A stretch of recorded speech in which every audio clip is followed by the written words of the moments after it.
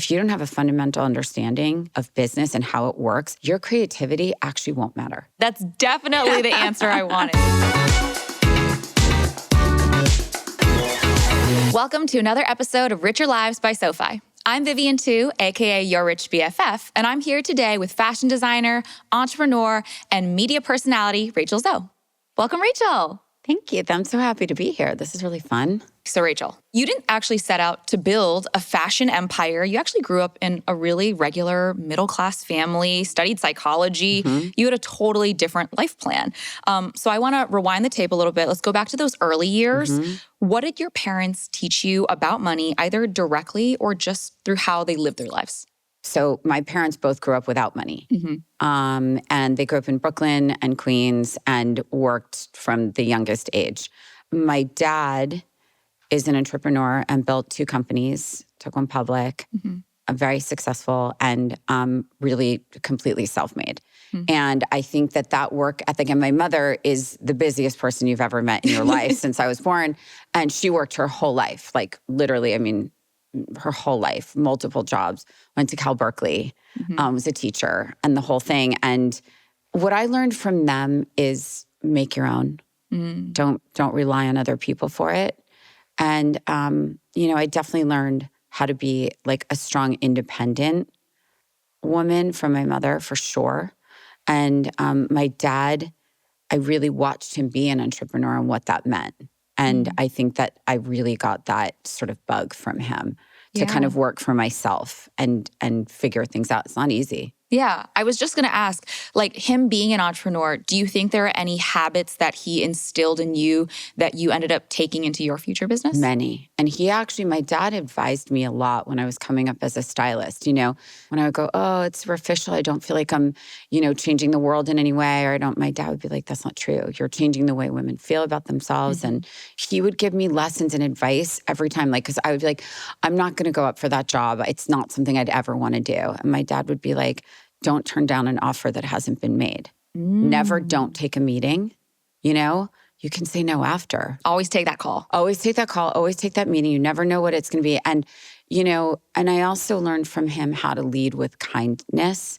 And so I learned from him just by observation that you could be a leader and be really kind, You actually studied psychology. Yeah. How do you think studying psychology helped you navigate this world of clients, power dynamics, tastemaking? I say at least once a week that learning psychology was the greatest gift to myself. Psychology and sociology, for sure. Those things that I learned literally in books and in class, like stuck with me forever. And sometimes I'll just be doing something and I'll be like, yeah, that's Psych 101. Psych 101. And there's certain foundational things about psychology and my obsession with learning about people and understanding their minds. And people close to me, they'll always be like, oh my God, you're like a witch. Like I will like see things before they happen. I read people, I feel people. It's an energy thing. And I would definitely say that my entire career was built around the psychology of my clients. How can I make women feel their most confident, they're most beautiful, and they're most empowered as their strongest selves, and authentically so. Not just like, oh, you look good. Like, it's like, how do I do that? Not just you look good, but how do you make them think they look good? Yes, and that as a stylist was the psychology for me. How do I create that for everyone? You don't have to be a celebrity to feel like that. You don't have to be photographed on a red carpet to feel like that with the entire world watching. By the way, if you feel like your best self wearing pajamas and not putting on makeup, Godspeed. I'm not saying you have to dress up. I'm just saying whatever that version is of you, you have to find that. Show up as your best self. Always. I recently started getting styled professionally. Amazing. I love it. It makes me feel like I'm putting my best foot forward. Ultimately, you do pivot into the fashion world. You actually start as a fashion editor for YM Magazine. And then you decided to leave and take everything freelance. Talk to me a little bit about what your finances looked at that time. I got my first job as a fashion assistant at YM. And to be honest, my only job I ever had with a boss and a team. And I was making $75 a day, 3 days a week. Okay. And I went in like 6 days a week. And I didn't care how much money I took. My dad called me on the first day of work and asked me how it was. And I said, I'd do this for free for the rest of my life. He said, okay, but don't. He's like, you actually need to make money. I was like, right. But I was making $17,500 a year. And when I left as senior fashion editor, I was making $23,500 a year. And I left about 2.5 years later as senior fashion editor. And I decided to go freelance when I was 25. And it was the scariest thing I've ever done. I remember it like it was 2 days ago. I was crying on the floor of my New York apartment and like taping expense report receipts to like with literally like glue sticks and Scotch tape and all that. And I had worked with one of the women that worked at the magazine, and she had asked me to help her on a Britney Spears video. And it was Hit Me Baby One More Time. And I made more money on that one video than I had made in like a year. And at that point, it was just, it kind of just snowballed after that, you know? And I don't think I had a day off for like 15 years. Do you remember that first real paycheck that you got in fashion that made you feel like, okay, this is a real job that's going to be able to pay my bills? Well, I got my first paycheck. I knew I could never pay my bills. So there was no way. It's like that Sarah Jessica Parker moment where she's like, I'd rather not eat and buy clothes or whatever. Yeah. It was sort of like, you know, I mean, fashion did not pay. Like it just didn't. You know, magazine jobs were like, you do them because you love it, not because you're trying to make money. Right. And styling music videos was really fun, but it was incredibly lucrative. And when I started working the music industry with Backstreet Boys, Enrique Iglesias, and you know, Vanessa Carlton and Jessica Simpson and Britney, it was like I was making an insane amount of money at like the age of 27, 28. I mean, wild. Like it would, at times I would feel guilty about how much money was being kind of, you know, thrown at me for different jobs. Like it just felt like teachers and social workers and doctors should be making this, not me, you know? Since we're on the subject of money, let's take a second to talk about how SoFi can help you manage yours. Why should I switch banks? My bank is fine. Fine? We're accepting fine for our money now? Let's raise those standards, bestie. With SoFi, you get a savings APY that is way above the national average. 0 account fees, and your paycheck up to 2 days early. Open a SoFi bank account and set up eligible direct deposit, and you'll score a sweet APY boost for 6 months, plus a welcome bonus. You get all of this and more in just one app. So yeah, if you want your money to sit there being fine, stay where you are. But if you want to bank better, go to SoFi.com/banking. Was there a moment in that part of your career where you were like, this is the turning point, I've made it? I think there were probably a lot, but I'm not someone who ever recognizes that. There was a lot of cosmic shifts, you know, like really, you know, when I moved from doing fashion editorial into the music industry, and then the music industry just took me fully, you know?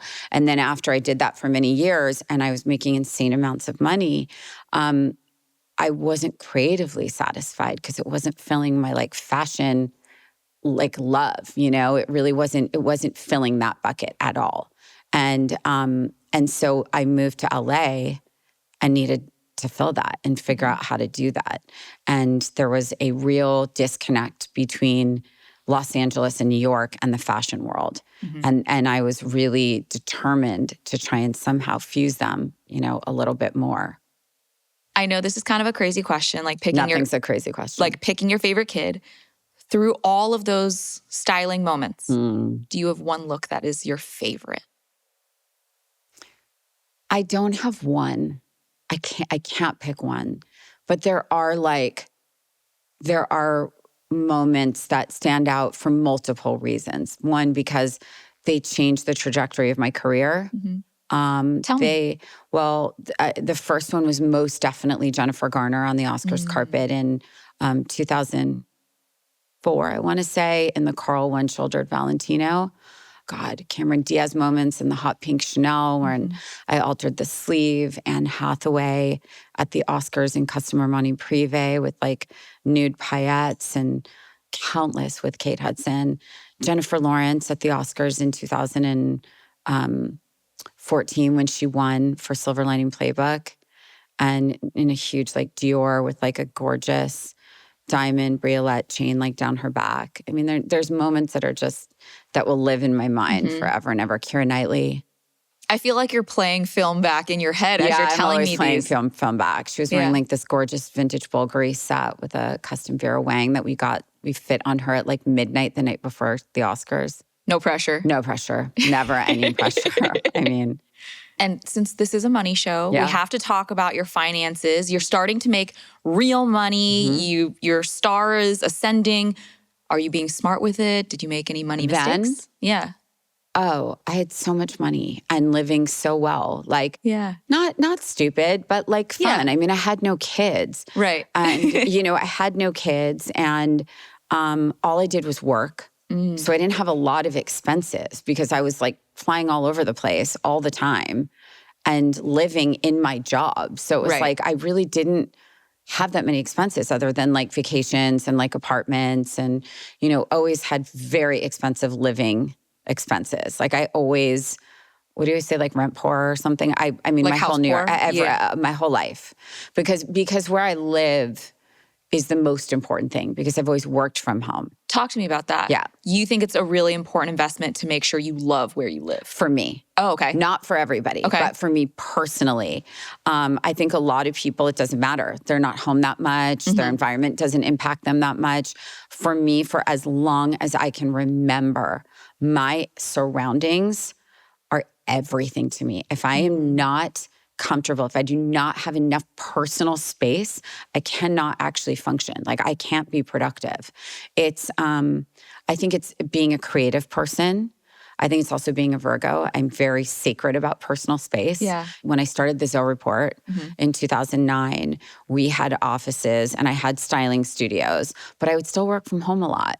Like even when I had my styling studio, I would go in for fittings, but I still worked from home. And that goes back to my like personal space thing. I need to work in my own head, in my own space. Because when I'm in an office, and we had like 100 employees when we had the Zoe Report, and like, it was like I would walk in and I was like fly paper. It was like, I couldn't get anything done. I could barely sit through a meeting, because everyone's like pulling at me. So for me to actually work like in my own space, in my own head, I've always loved working from home. And I've always sort of lived, every time I moved and lived beyond what I should, I immediately grew into it and grew out of it. I would make more money. But I also never stopped. Like I never, ever stopped. There was never, and to this day, there has never been a moment of complacency in my life. Yeah. I'm not okay with it. It's not how I run. If there was someone who was listening to our conversation right now and they wanted to replicate your path, how would you recommend an aspiring young stylist or fashion lover, try to build a career? I would say the biggest difference, and what I tell any young person who asks me, and I know this isn't the answer you're looking for, learn business. Go to business school. It's the most important thing. Even if you don't go to business school, learn it however you want to learn it, because now you can learn it online, you could, whatever. There's a million ways to learn it. When I was coming up, you could be a creative person only. You could say, okay, I love fashion, I love clothes, I'm going to be a stylist, or I'm going to be a designer. I know how to sew, I know how to design, like da-da-da. The minute you only choose that, you're putting yourself at risk, because you have to then rely on another person to do the money and to do the business and to do the planning. And when you walk in now into the fashion industry or any creative industry, if you don't have a foundational understanding of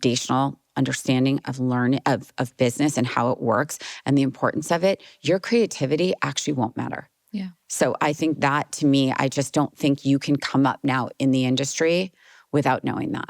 I don't know what you're talking about. You said that wasn't the answer I wanted. That's definitely the answer I wanted. I feel like that's such words of wisdom that is counterintuitive. Yeah. Of like, follow your passion, do your dream. Like, no. Live your dream. Yeah. Live your dream. 100%. Go for it. But I'm going to tell you, it is 1,000 times harder to do that now because of social media, because of the internet, because content creators, people can become a content creator on a Monday morning. Yeah. And it doesn't always work, but anyone can do that. You have the power to do that, But I think I always have faith in the fact that talent and authenticity will hopefully always win.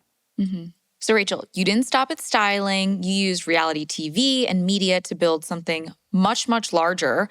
What did reality TV unlock for your career financially and, your business that styling alone couldn't? It's a service industry. Yeah. And you can't ever forget that. It doesn't matter how much money you're making. It's a service that you are providing. And you don't own anything. You don't have equity in your services. I realized as hard as I work is as much as I'm going to make. And if I stop, what happens, right? Yeah. And I think one of the greatest lessons that people learned in COVID, creative people, was that you have to have a backup. You have to have something tangible. The things I've seen, I've seen people that do hair extensions full time and got in a car accident and couldn't use their hands. And then where's her business? Right. So it's I think one of the biggest pieces of advice I could ever give if you are a creative is to build something, some type of product, or have your hands in other businesses that you have equity in. So you're building something simultaneously, because it's very hard to build your service. It really is. Yeah. You want to have scalability. Yes, 100%. You can't work 24/7 every single year. No. And also, these businesses like styling and everything, it's not scalable. I mean, it isn't. You can try. I mean, there are businesses built around styling, but most of them honestly have not worked that well. Was there a point in your career where you didn't have to worry about money anymore? It wasn't necessarily that you were like, oh, I make as much as I am willing to work hard. It was just... I'm definitely not someone... I don't have a number. I'm not that person. I'm not the person that's going to be like, oh, okay, well, I sold half my company now and I'm just going to chill out. That's not going to happen. That's not going to happen. I may breathe easier, sure. Yeah. And there's a bit of strain that comes off, right? You sleep a little differently. Yeah. But I always also think the more money, the higher the stakes. And, right. You're just playing in a higher league. And I'm so lucky to have built a career out of doing what I love. And I don't love it all the time. There are days when I'm like, holy hell, this is insane. But there's so many people that go to work every day dreading it. Yeah. What a gift is that? And I hope my kids get to do that. I hope that they can build something out of their passion, and what they love. So we've chatted a little bit about the Zoe report. It became a massive asset. You said 100 employees. When Bustle acquired it, what did that deal represent to you? Was it validation? Was it relief? Smart timing? It was amazing. Yeah. Honestly, it was the best. It was the best case scenario, because they took my whole team, so no one was out of a job, so because I was in those kinds of things, you just think about the people, right? Yeah. I love that you looked out for them. Oh yeah. I mean, always. My people are my people. They're my family, a lot of them, But that was amazing, because I feel as an entrepreneur, and my ex-husband at the time, my perspective on selling businesses is I don't have an ego about it. I feel that if I start something, right, and I can get it to a place that people want to make it better and bigger, that's so great. Because if you're small and you feel that you've maxed out your capabilities, I think the important thing as an entrepreneur is to know when to let something fly, And for me, I think with the Zoe report, it was really something that it was time. I feel like we got it to a place where it was great. People loved it. It was doing well. But I think the fact that BDG and their team is really doing it full steam and full time, for me, it can be one of the things I'm a part of rather than all. Yeah. And I think that for me has always been the challenge of when I start something, it can't be my full-time job. Yeah. You like to have dim sum businesses, a little bite of everything. 1,000%. And I think that's sort of the entrepreneur, the investor. I think that's sort of I like to have my hands in a lot of things, I want to come back to that. But first, let's take a quick break to talk about a tool that can actually help you build a richer life. If buying a house feels too unrealistic, even for your vision board, let's talk. Because owning a home doesn't have to feel like an out-of-reach fantasy. With SoFi Home Mortgage Loans, you can get matched with a local real estate agent. Plus, they offer affordable down payment options starting as low as 3% for qualifying first-time homebuyers. Their digital tools make everything simple, and their human support ensures you're never navigating it alone.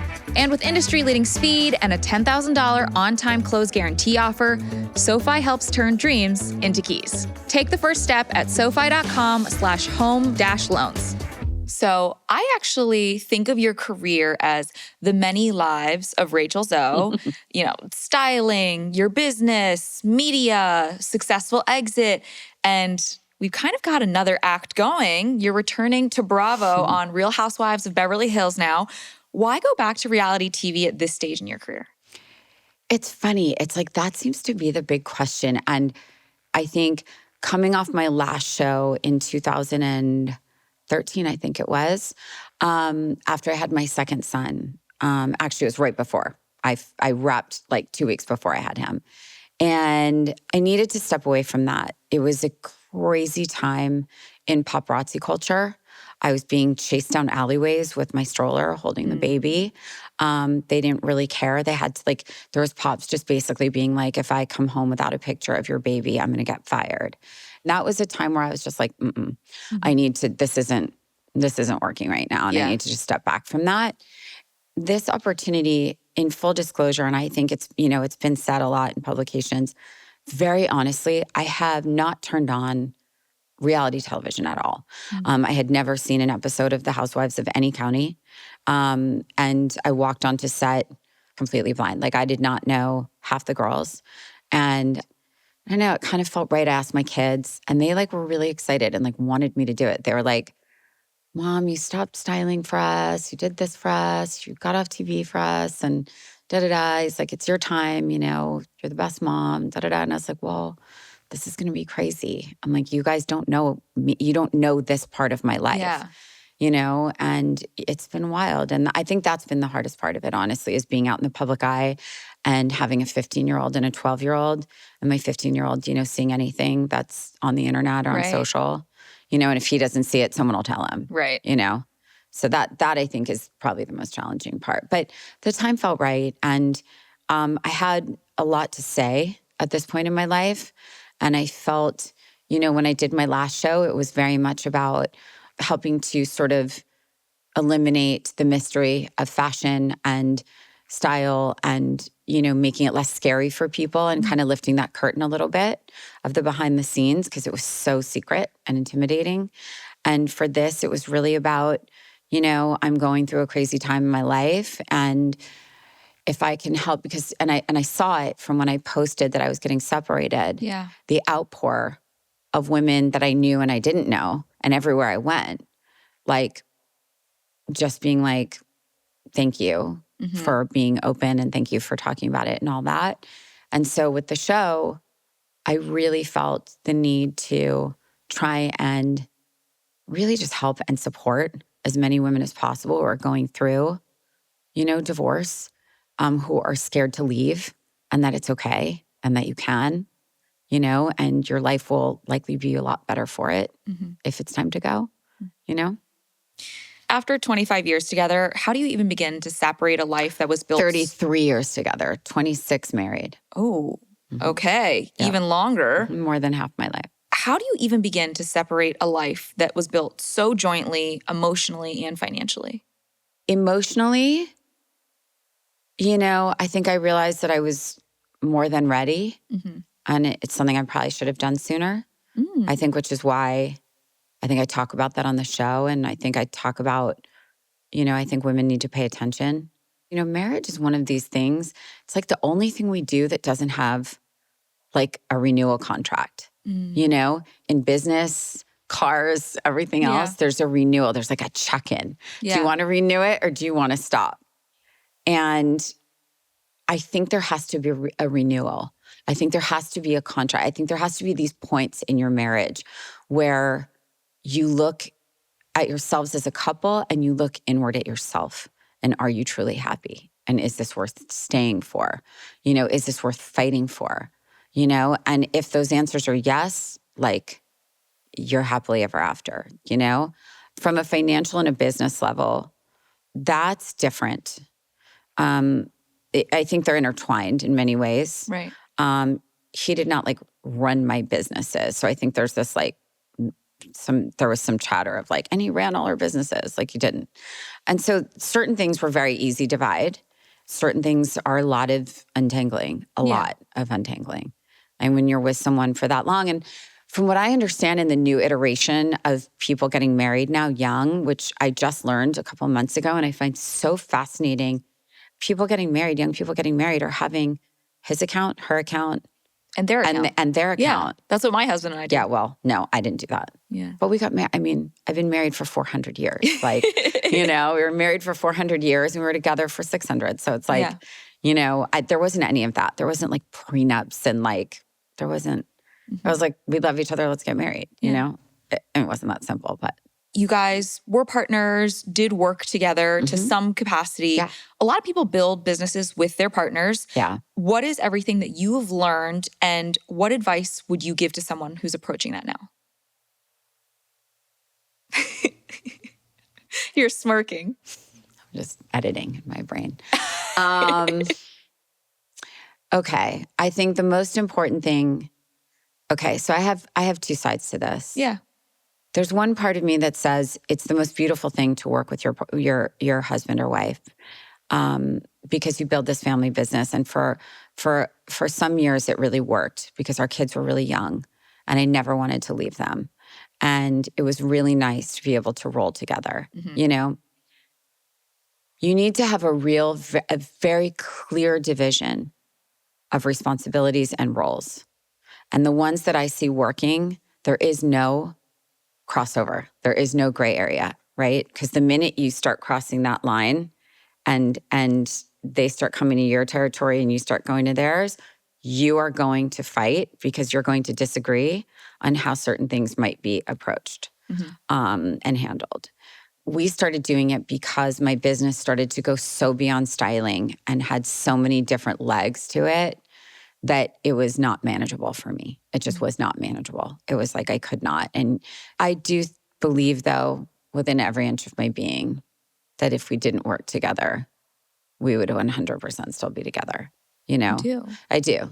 Not saying that things couldn't, you never know. Like there's no crystal ball. And I'm not saying like, oh, I wish we were still married, because I don't. I'm just saying that I think ultimately what happens a lot of times is there is no separation. And we would wake up at 3:00 in the morning and talk business. Like, you know, there are so many things that can go wrong when the person you're raising children with and you live with and you're married to, every part of your life at that point is intertwined. Every part. Yeah. There is no separation at all. And I think it can work. 100% it can work. And I know people it does work for.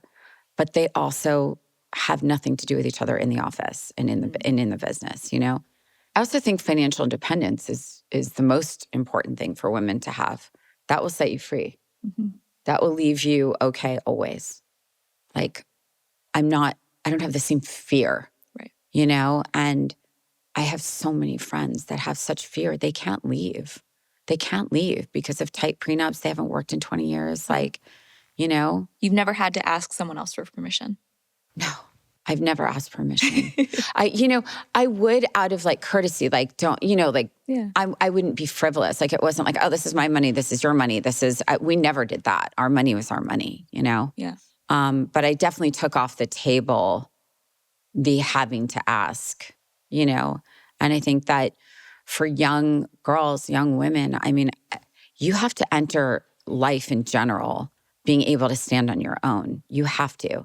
Listen, maybe you don't. Maybe you come from money. Maybe your family will always support you, and that's a gift. But whatever that financial independence looks like, you need to have it. You don't know what's going to happen in your life. You may be with the same person from 19 until you're gone. Yeah. But you have to be prepared for when not. And to be honest, it's really about that freedom, even within a happy marriage, of not having a man have that power over you of that, don't buy that, don't do that, don't get that treatment, don't go on that trip with your girlfriends.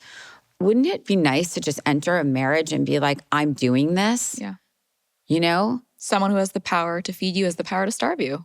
They do. And I think we see that time and time again. And that's not something, and I think for me and my messaging, like as many women as possible can hear that loudly. And I know like Reese Witherspoon has said things like that. We know Oprah said things like that. Gwyneth has said things that, I mean, there's a lot of women in the public, arena that will say at the top of their lungs, I mean, you will be better for it, no matter how you land, no matter if you live that happily ever after with one person. But I can also tell you, you can have a happily ever after, even in divorce, sometimes in a happier ever after, You mentioned that your ultimate goal is to just help women feel like the best versions of themselves, to love everything about them, feel confident. For regular people who aren't celebrities or maybe don't have red carpet events or things to go to, how do they even begin and how do they make smart choices so that they can feel like the best version of themselves? So I wrote Style A to Zoe, a while ago, and Living in Style for that exact reason, to really, so that literally anybody with any budget and any lifestyle could have those steps like at their fingertips. But first of all, you have to look at your life. Yeah. How do you live your life? What do you do? Because I have people in my life that are like, they have plenty of money, but they're like, I would never wear what you wear. Where am I going? Where am I going? Am I wearing a leather suit to go pick up my kids at school or like to teach or whatever it is, right? So you have to, first and foremost, you have to look at your lifestyle. How often do you need to be out of your like leisure clothes, right? But what is that? You still need your staples, right? You still need your uniform. And I will stand by that. You have the things in your closet that work. But truthfully, you don't have to have money to have style. And I will always say that the people I know with the best style have the most limited budgets because it really does force you to be more creative. And that's honestly how I found my style. Was I was thrifting. I was buying vintage because I could find the most amazing pieces for like $20, $40, $50, $120 for like a vintage fur coat. Right. Okay, so Rachel, head to toe designer, all monogram. Yes? No?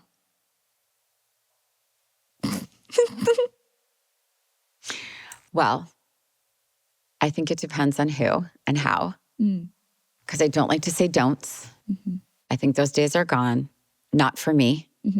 Definitely not for me. I have worn one designer head to toe multiple times, but you're not going to see me logoed from head to toe. That for me is a no-no. You're such a diplomat. I love it. Well, because I really don't subscribe to the never do this and don't do that anymore. Because I think style has evolved in such a way that I just think the style shaming doesn't work. I think those days are over. Style really is everything. It really does tell so much about who you are. It's like really saying who you are without having to speak, truthfully. Okay, what does my nail color say about me? No, I'm just kidding. Rachel, you are so funny and such a treasure trove of wisdom. Thank you so much for joining me. I had a lot of fun. I hope you did too. Thanks for having me. We'll do it again soon. Yeah, let's do it again soon. Thanks for watching this episode of Richer Lives. Drop your favorite moment from Rachel in the comments and don't forget to subscribe so you can be the first to see our latest episodes. See you next time. When you sit in one position and your butt goes numb? My butt just went numb. I didn't even know the assignment. I just wing it. Yeah.